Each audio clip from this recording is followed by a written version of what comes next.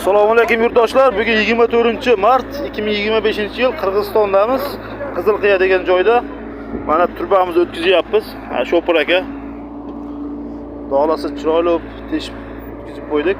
Mana turbani o'tkazib qo'ysak, ishimiz tugaydi.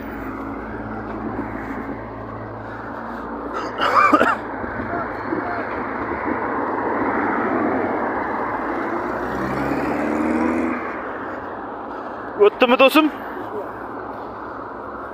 Bo'ldi, mana o'tdi.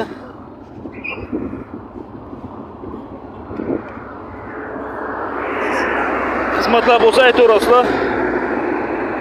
O'zbekiston bo'ylab qo'shni davlatlar xizmatlarimiz bor.